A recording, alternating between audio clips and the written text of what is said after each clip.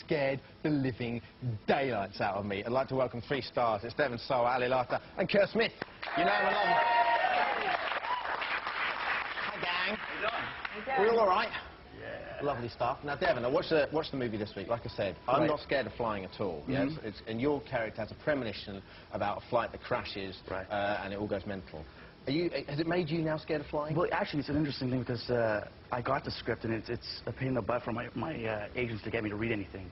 And so the flight from Vancouver to L.A., and Vancouver's where I'm from, is 2 hours. They don't show an in-flight movie, so I do most of my reading there. And I picked up the Final Destination script, which is called Flight 180, and started reading, and it was spooky. I mean, I found myself looking out the window every 5 minutes, and every time we hit a little turbulence. So, but you know, I gotta fly, so I'm really not that scared. Yeah. You know.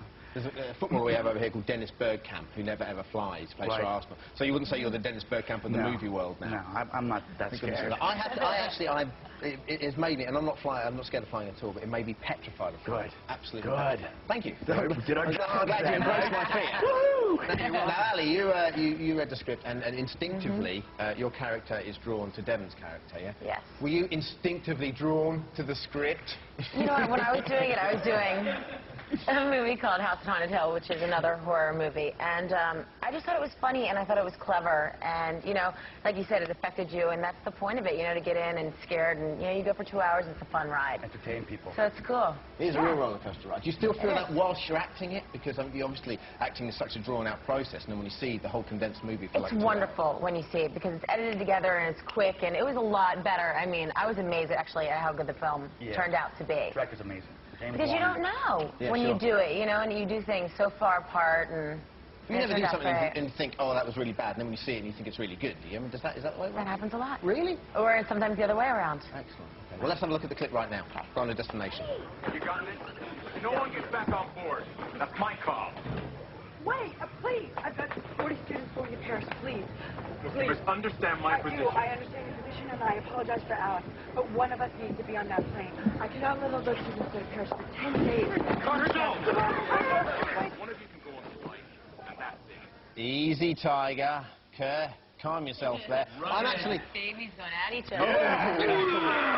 Brace the fear, Kerr. Now, I was actually very annoyed that we cut away there, because it just all kicks off in a minute. Oh, yeah? But big lad over there, Smitty boy, listen, it was a big detachment for you, wasn't it? Obviously, you play Jack, who's, whilst being quite ripped, is quite a sensitive character on Dawson's Creek. Ripped, sweet. But here, you're a real bully. Did you embrace almost being the bad guy of the film? Loved it. That's why, I mean, aside from the fact that it was a great story, the character of Carter's, you know, the antithesis of Jack McPhee, and I wanted to get as far away from that as possible. You know, because when you're on a TV series, you run that risk of being stereotyped. So I think it's very important to choose a different character every time. Well, this is it, because you watch it, and within the first 5 minutes, we're all just like, oh, he's playing a bad guy, which you must love. But of course, you know, knowing your character from Dawson's Creek, we want you not to be like exactly the same guy, but you know, to be the nice guy, and that obviously didn't happen. Yeah. Can you imagine Jack getting out of the chair and trying to beat the hell out of him? Slap me. Handbags at dawn.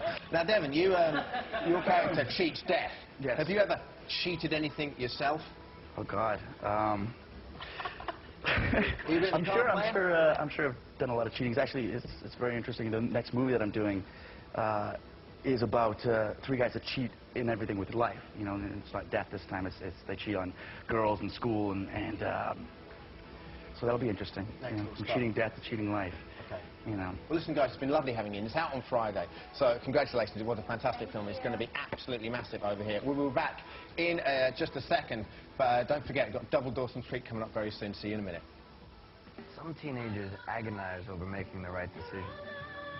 Some of us enjoy making the wrong ones. Next, football.